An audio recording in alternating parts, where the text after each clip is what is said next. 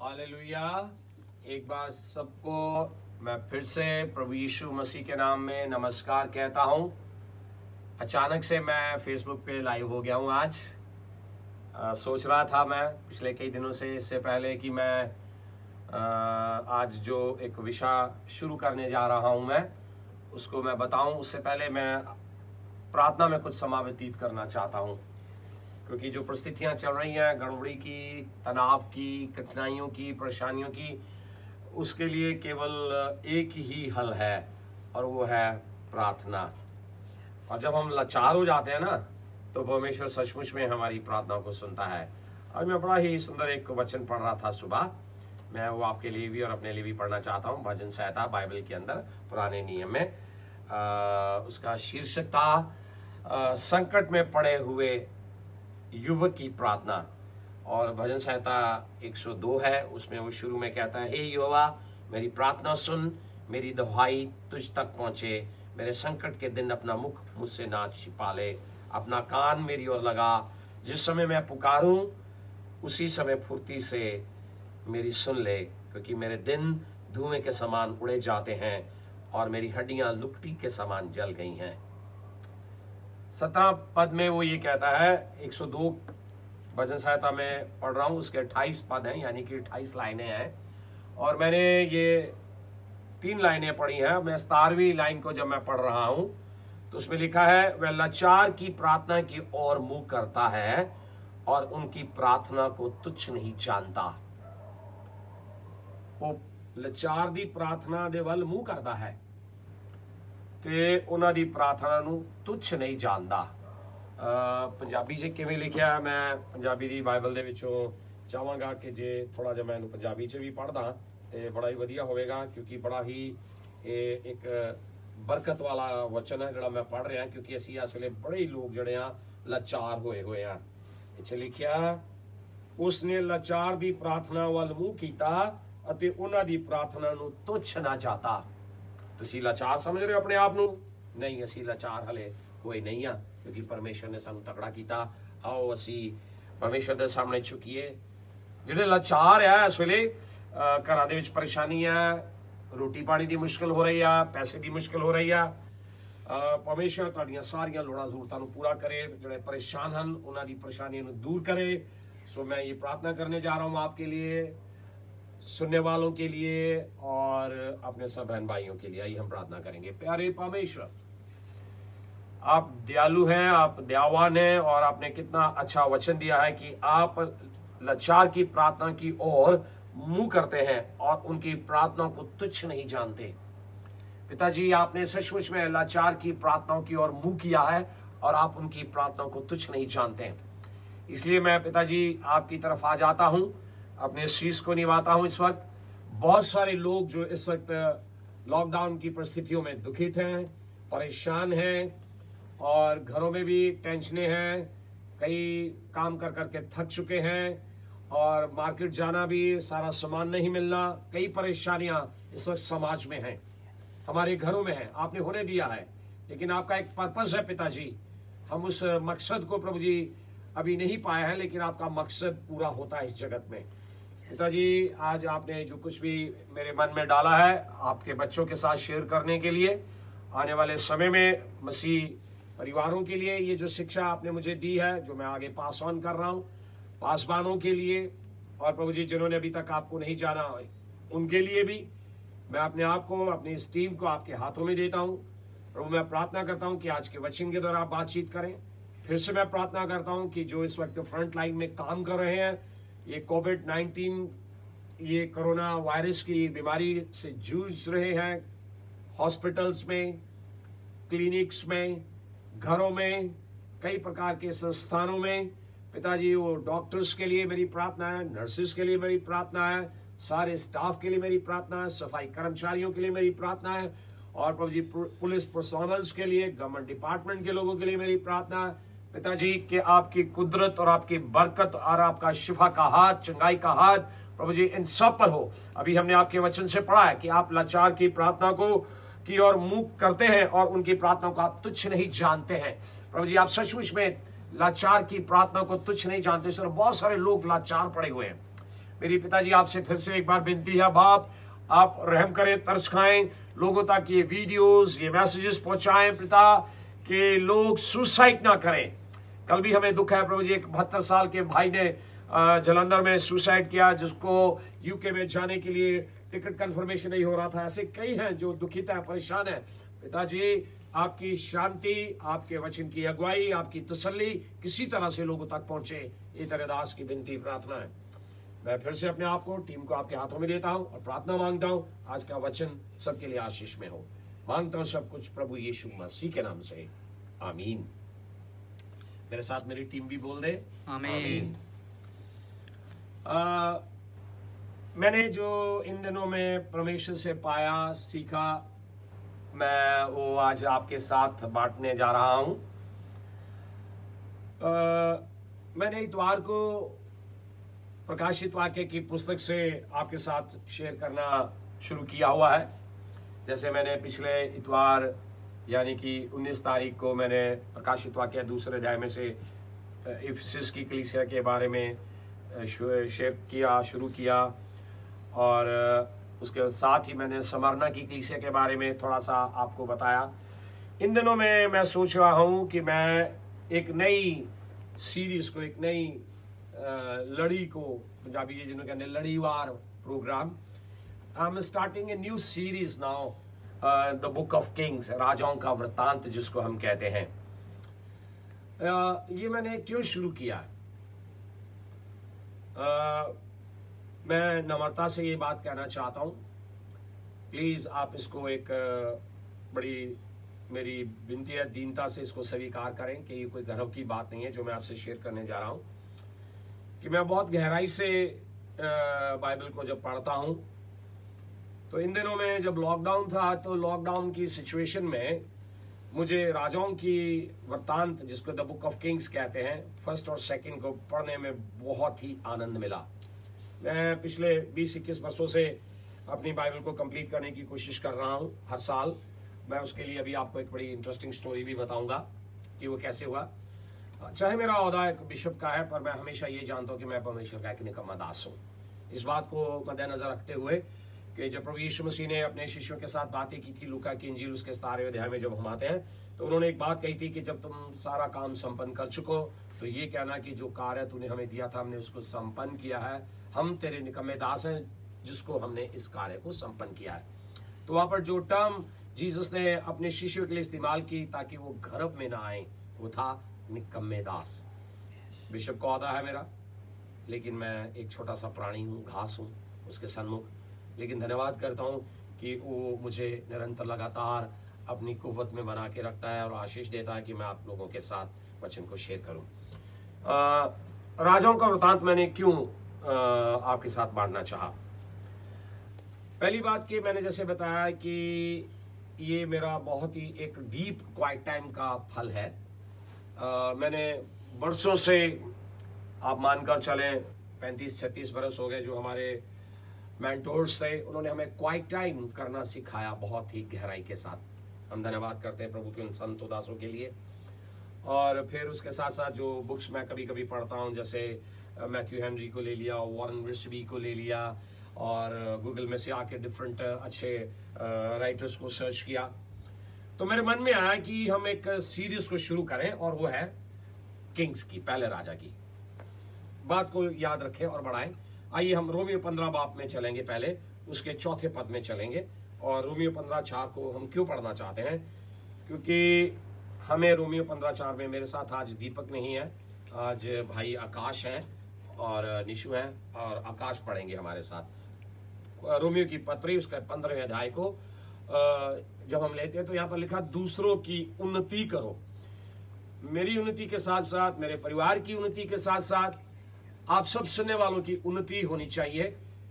इसलिए मैंने ये आयत आपके लिए निकाली है। पढ़िए ब्रदर आकाश। जितनी बातें पहले से लिखी गई वे हमारी ही शिक्षा के लिए लिखी गई हैं, कि हम धीरज और पवित्र शास्त्र के प्रति प्रोत्साहन द्वारा आशा रखें।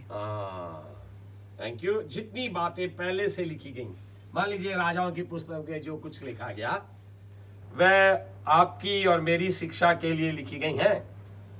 कि हम धीरज खास करके आजकल के दिनों में हमारे जैसे इंसानों को आप देखें जो इतने एक्टिव होते हैं, सुबह 5 बजे से पहले उठते हैं, 4:30 पौने 5 दन चलते हैं दिन भर में पूरा, कभी ये कभी वो, कलीसियाओं के पास पहुंचना, पास्टर्स के पास पहुंचना, और टोटली लॉकडाउन है हम लोग घरों में आजकल। हाँ, तो कितना धीरज धरने की जरूरत है। तो इस धीरज में परमेश्वर ने राजाओं की वृत्तांत की उस पुस्तक में, द बुक ऑफ किंग्स में से जो कुछ बांटा, वो आपके लिए और मेरी शिक्षा के लिए लिखी गई है, ताकि धीरज और पवित्र शास्त्र के प्रोत्साहन द्वारा आशा रखें। क्या आशा रखें? कोविड-19 की, कोरोना की बीमारी के लिए कोई दवाई निकलेगी, कोई मेडिसिन निकलेगी, बीमार चंगे हो जाएंगे, फिर से वैसा ही हो जाएगा, टाइम जरूर लगेगा। आशा रखें, हमारे प्रियजन सब चंगे रहेंगे, आशा रखें, हमारे कारोबार अच्छे हो जाएंगे, आशा रखें, वचन के प्रोत्साहन के द्वारा।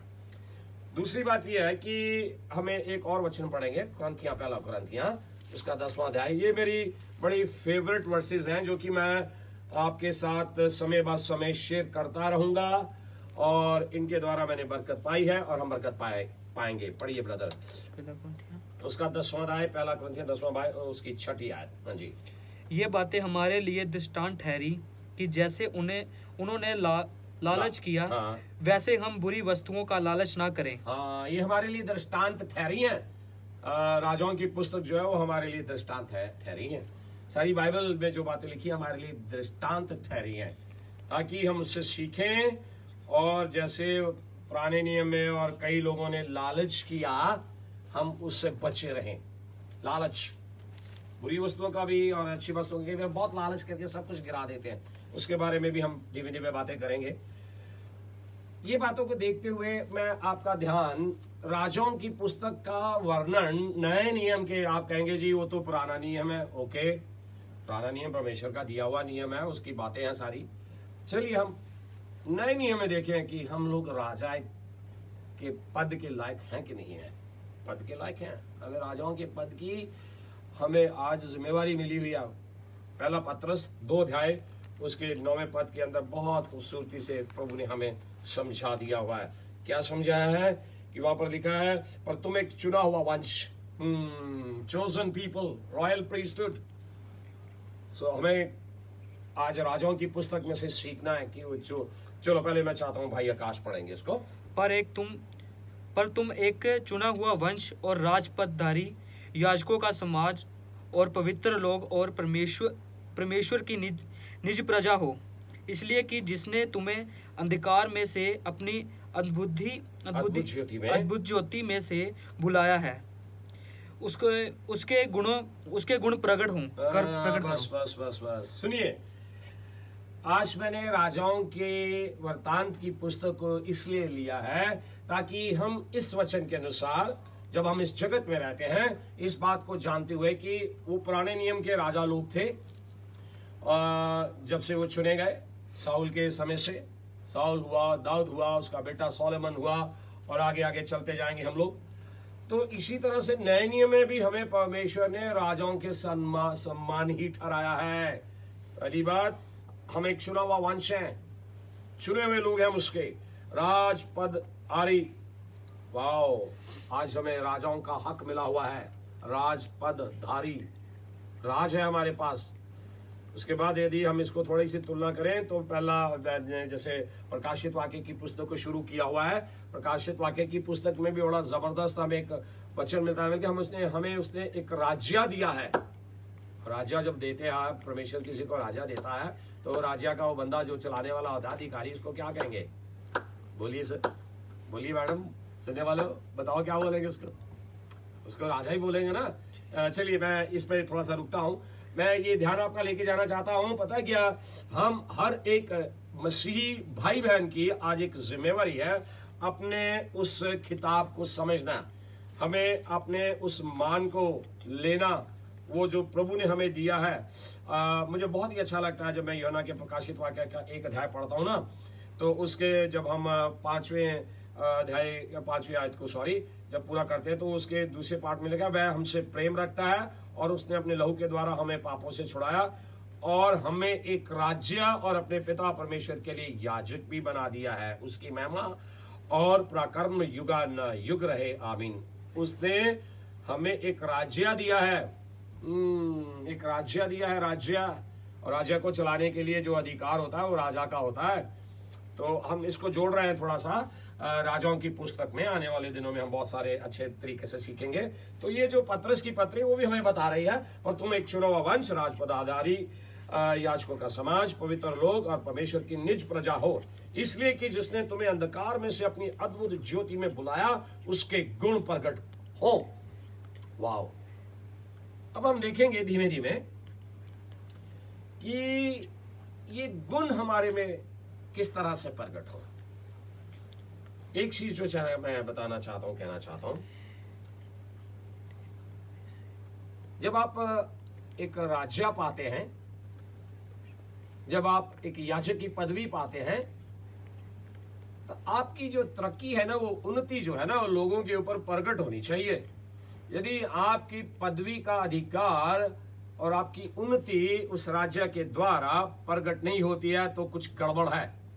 वो गड़बड़ आपको अपने अंदर खोजनी है। इससे पहले मैं उस पुस्तक की तरफ हूं, मैं अभी ये बता देना चाहता हूं, क्योंकि मेरा बेस है ये, आपका और मेरा, हम सब का ये बेस है। ये बेस नहीं होगा तो हम कुछ नहीं पाएंगे। एक आयत और जोड़ना चाहता हूं। मैंने पहले बोला था रोमियो 15:4 बोला, फिर मैंने पहला कुरिन्थियों 10 बाप उसकी 6 आयत बोली, पहला पत्रस 2 आप उसके 9 आयत को बोला, फिर मैंने प्रकाशित वाक्य से बोला कि हमें एक राज्य मिला हुआ है, और फिर उसने हमें याजक बनाया है। ये सारी बातें उसने क्यों दी है? संत पौलुस तीमुथियुस को, अपने बच्चे को, जब वो परमेश्वर में बढ़ा, तो उसने एक बात कही थी उसको, कई बातें कही, लेकिन एक बात कही जो पब्लिक अपीयरेंस के लिए बड़ी इंपॉर्टेंट है। वो क्या है? आपकी मेरी मसीह होने के नाते लोगों को उन्नति दिखाई देनी चाहिए, पवित्र आत्मा में, वचन में, कलीसिया में, अच्छे गुणों में। जैसे अभी ये उसने कहा कि उसके गुण हमारे अंदर प्रकट करे। तो ये जो गुण है वो, चलिए पहले तो वो वचन पढ़ेंगे हम, पहला तीमुथियुस 4 अध्याय उसकी 15 आयत, क्योंकि मैं अभी ये सिर्फ बेस दे रहा हूं आपको राजाओं की पुस्तक में आने से पहले, ताकि आपके और मेरे दिमाग में एक बात क्लियर हो जाए कि परमेश्वर की इच्छा आपके लिए और मेरे लिए क्या है। पहला तीमुथियुस 4 अध्याय 15 आयत पढ़ेगा आकाश हमारे साथ। इन बातों को सोचते रहे। ये बातें जो परमेश्वर ने हमें दी है, वचन दिया है, उसको कहता है इन बातों को सोचते रहे, और इन्हीं में अपना ध्यान लगाए रहे। वचन में, प्रार्थना में, भविष्यवाणी में, इनमें अपना ध्यान लगाए रहे, ताकि तेरी उन्नति सब पर प्रकट हो। ताकि तेरी उन्नति सब पर प्रकट हो। धन की उन्नति नहीं, कोठियों की उन्नति नहीं, आत्मिक उन्नति, वचन की उन्नति, प्रार्थना की उन्नति, रूहों को जीतने की उन्नति, कलीसियाओं के बढ़ाने की उन्नति, पासवानों को तैयार करने की और उनको प्रशिक्षण देकर आगे लाने की उन्नति प्रकट हो।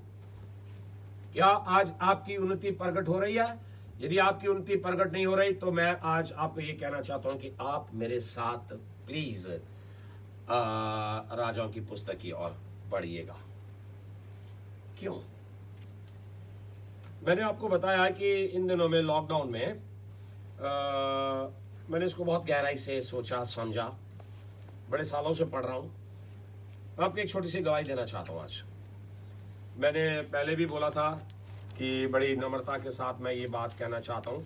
मैं आपको कुछ दिखाना चाहता हूँ अपनी बाइबल में, पता नहीं शायद आकाश की बाइबल में होगा, मेरा उसमें होगा एक डेली रूटीन का बाइबल का जो हिस्सा है, जिसको मैं हर साल बाइबल खत्म करता हूँ, बाइबल इन ए ईयर।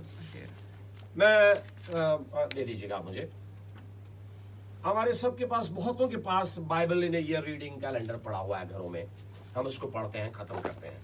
मैंने कैसे शुरू किया, मैं आज आपको एक स्टोरी सुनाना चाहता हूं। मैं एक बार प्रभु के बहुत अच्छे संत का, दास का, चंडीगढ़ में पास्टर्स ट्रेनिंग प्रोग्राम में तर्जुमा कर रहा था, ट्रांसलेशन कर रहा था, और ट्रांसलेशन करते करते वो हमें टाइम प्रायोरिटाइजिंग के बारे में सिखाना चाहते थे। बहुत पुरानी बात है, कम से कम 22 साल पुरानी बात है ये।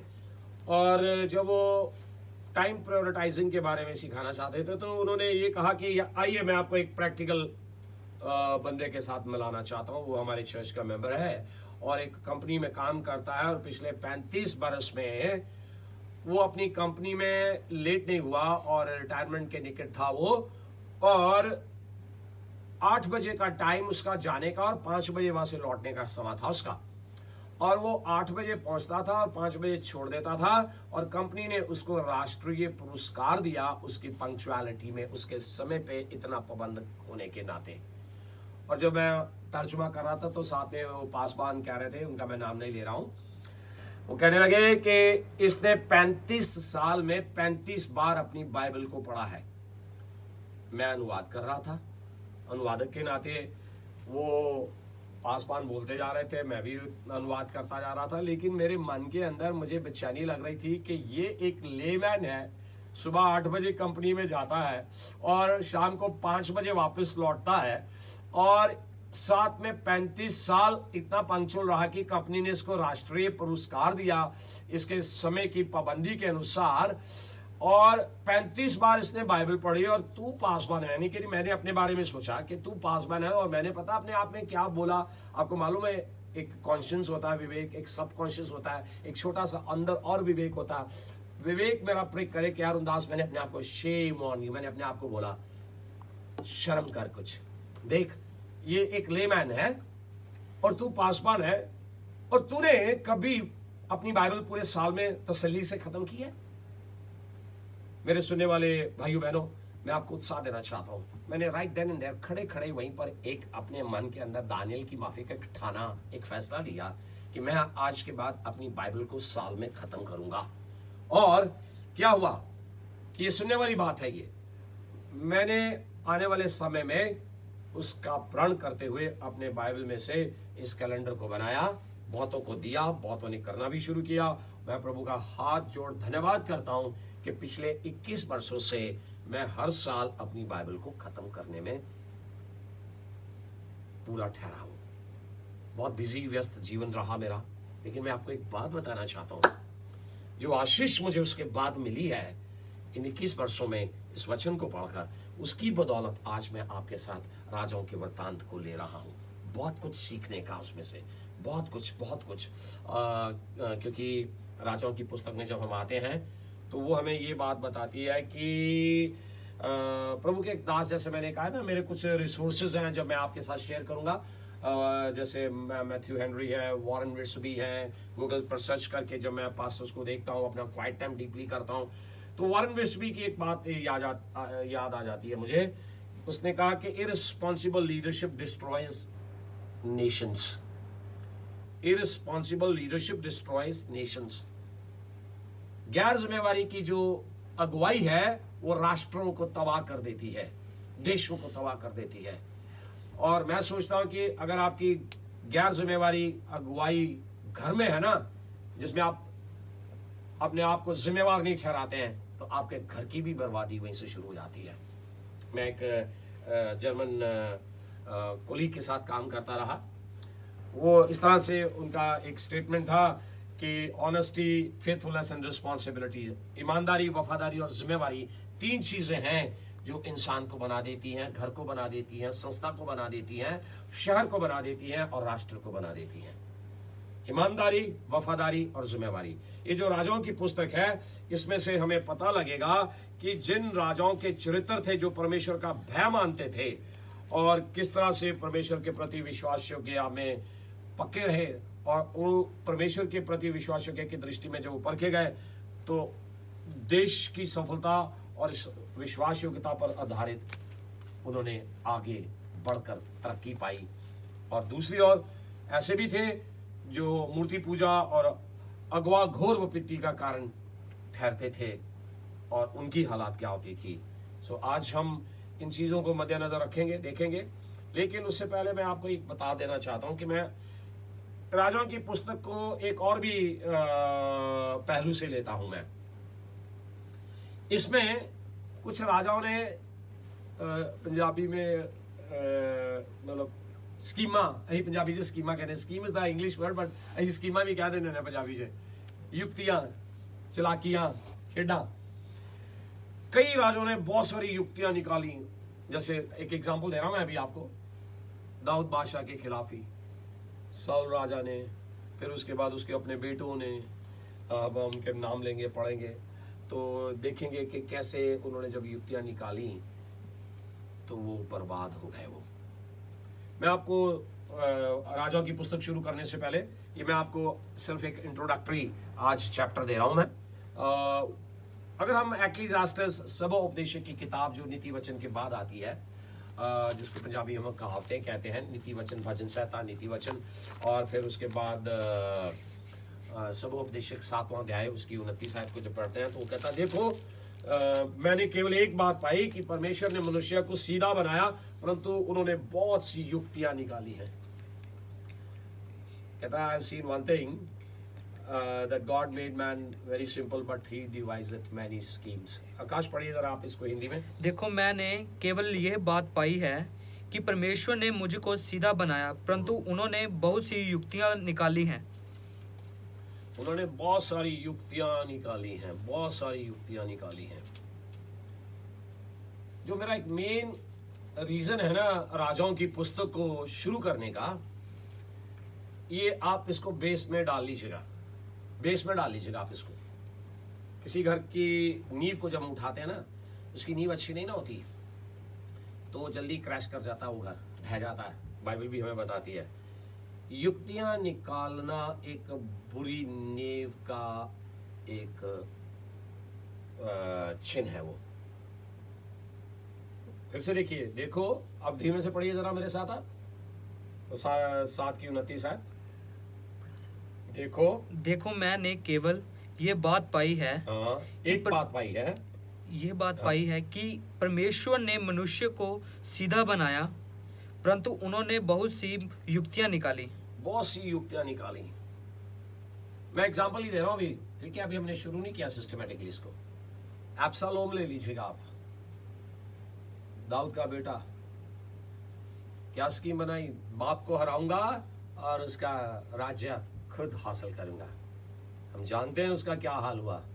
अभी सुलेमान राजा नहीं बना है और अभी उसके बनने में थोड़ा टाइम है, लेकिन उसका अपना ही भाई स्कीम बनानी शुरू कर दी। अदोनिया जो बेटा था दाऊद का, इसीलिए सुलेमान ये कहता ना कि इंसान को परमेश्वर ने सीधा बनाया पर उसने कई युक्तियां भांप ली। उसने देखा ना कि मेरे बाप के खिलाफ पहले आमोन चला, फिर उसका दूसरा भाई चला, और फिर ये तीसरा भाई चला अदोनिया। ये जो स्कीमें होती है ना इंसान को हमेशा राज्य प्राप्त करने के लिए, ऊंची पदवियां प्राप्त करने के लिए, हाई प्लेसेस को लेने के लिए, वो हमेशा उसको गिराती हैं जब उसके अंदर एक स्कीम बनती है। तो मैं ये भी अभी बेस दे रहा हूं आपको, स्टडी करेंगे हम डीपली। एक चढ़ता हुआ सूरज होता है, एक डूबता हुआ सूरज होता है। आप क्या है, ठीक है, ये चीजें आपको और मुझे सोचनी है। ये बातें मैं इसलिए कह रहा हूं क्योंकि आज के जमाने में इंस्टीट्यूशंस में, घरों में, जगहों पर इंसान कई प्रकार की युक्तियां मनाता है। और मैं एक पद और पढ़ना चाहता हूं आपके साथ, चलिए वो और क्लियर करेगा। यशायाह की पुस्तक में हम चलेंगे। जैसे मैं बता रहा था कि कई प्रकार की युक्तियां निकालता है, लेकिन खड़ा कौन रहता है, स्थिर कौन रहता है? अब ये पॉइंट आपने पकड़ना है, स्थिर कौन रहता है। मैंने अभी छोटी सी एग्जांपल दे दी, अभी हमने डीप नहीं गए नहीं। अमोन गया, अमोन का कत्ल कर दिया गया, उसके भाई ने अब्सलोम ने, फिर अब्सलोम मारा गया। अब उसके बाद तीसरा बेटा खड़ा हो गया अदोनिया, सुलेमान राजा के बादशाह के अभिषेक होने से पहले। सो ये सब के सब उड़ गए, युक्तियां बनाई, उड़ गए, खत्म हो गए। लेकिन यशायाह की पुस्तक हमें बताती है 32 अध्याय की उसकी 8 आयत में हम देखेंगे कि बड़े लोग हैं जो छली की चालें चलते हैं। 7-8 अगर दोनों पढ़ देंगे तो हमारी ज्यादा मदद होगी। छल जुबान से होता है। आजकल हम स्कीम बनाते हैं। एक सीधी सी बात में जो मैंने बाइबल में से सीखी है ना, हम जितनी मर्जी बातें कर लें, जो हुक्म दिए गए ना, जब तक हम उसको नहीं ना मानेंगे, हमें शांति नहीं मिलेगी, हमें प्रेम नहीं मिलेगा, हमें आशीष नहीं मिलेगी, स्वर्गीय राज्य नहीं मिलेगा, परमेश्वर का राज्य नहीं मिलेगा। यहां पर इस पृथ्वी पर है वो, हमारे हृदय में वो नहीं मिलेगा। क्योंकि हमारे अंदर क्या है, 7-8 आज बताएगी हमें। हाँ जी पढ़िए। छली की चालें बुरी होती हैं। छली की चालें बुरी होती हैं। सबने अमोन ने बनाया, अब्सलोम ने बनाया, और फिर अदोनिया ने बनाया। मैं अभी एग्जांपल दे रहा हूं, हमने अभी रेफरेंसेस नहीं पढ़े, हमने पढ़ेंगे हम। छली की बातें, चालें बुरी होती हैं, और ये सब के सब खत्म हो गए। बाप को कितना आंसू बहाना पड़ा, चाहे उसमें हो सकता है कि बाप का भी कसूर हो, वो भी हम देखेंगे क्या हुआ वहां पर। चलिए, शली की बातें बुरी होती हैं। हाँ जी, वह दुष्ट युक्तियां निकालता है। दुष्ट युक्तियां निकालता है ना। दुष्ट जब युक्तियां निकालता है उसके साथ लोग भी मिल जाते हैं, जिसको इंग्लिश में कहते हैं ना अनथिंकिंग पीपल, उसके साथ लोग मिल जाते हैं, वो युक्ति निकालते हैं। निकालने अच्छा मान लीजिए, अच्छा मैं एग्जांपल दे रहा हूँ, मेरे साथ ये निशु बैठा हुआ है, आकाश बैठा है, कभी और टीम के मेंबर्स आ जाते हैं, मैं इनका अगुआ हूं और मैं अगर इनके साथ उल्टी युक्तियां निकालूंगा, छली की बातें छलूंगा मैं इनके साथ, तो होगा क्या? जैसे मैंने बताया, जैसे हुआ अपना दाऊद के बेटों के बारे में मैं बात कर रहा हूं अभी, और सब खत्म हो गए, टाइम से पहले खत्म हो गए।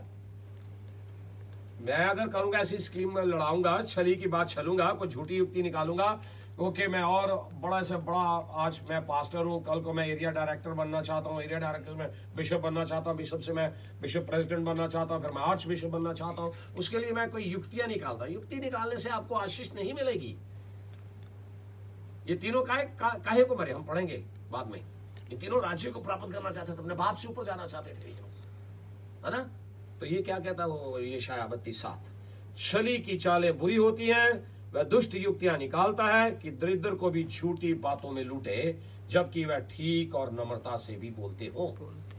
लेकिन 8वीं आयत हमें एक रिजल्ट बताती है, पढ़िए ब्रदर। परंतु उदार मनुष्य उदारता की ही युक्तियां निकालता है। Noble man will plan noble things. So beautiful. Noble man will plan noble things. एक जो उदार व्यक्ति है, जो लोगों की भलाई करने वाला है, उदार, not the borrow system, उदार, generous man, gentleman, उधारी की युक्तियां निकालता है, वह उदारता में स्थिर भी रहेगा, स्थिर भी रहेगा। सो ये मैं थोड़ा सा आपका कंपैरिजन कराना चाहता हूं। अब मैं आपको जो बातें बताना चाहता हूं कुछ और, जो राजाओं की पुस्तक में है, वो ये है कि ये इजराइलियों के और यहूदा के कम से कम 400 साल का इतिहास राजाओं के बारे में बताती है। कौन से राजा वफादार थे उनके बारे में पढ़ेंगे, कौन से निखट्टू निकले जिन्होंने बुराइयां की। लेकिन धर्मशास्त्र की गूढ़ बातों के अलावा इसमें कुछ चीजें जो पाई जाती हैं वो ये है, परमेश्वर की वफादारी जो उसने अपने वाचा में बांध के रखी, और उन राज्यों की यात्रा, उन राजाओं के राज्यों की यात्रा की उसने सुधि ली।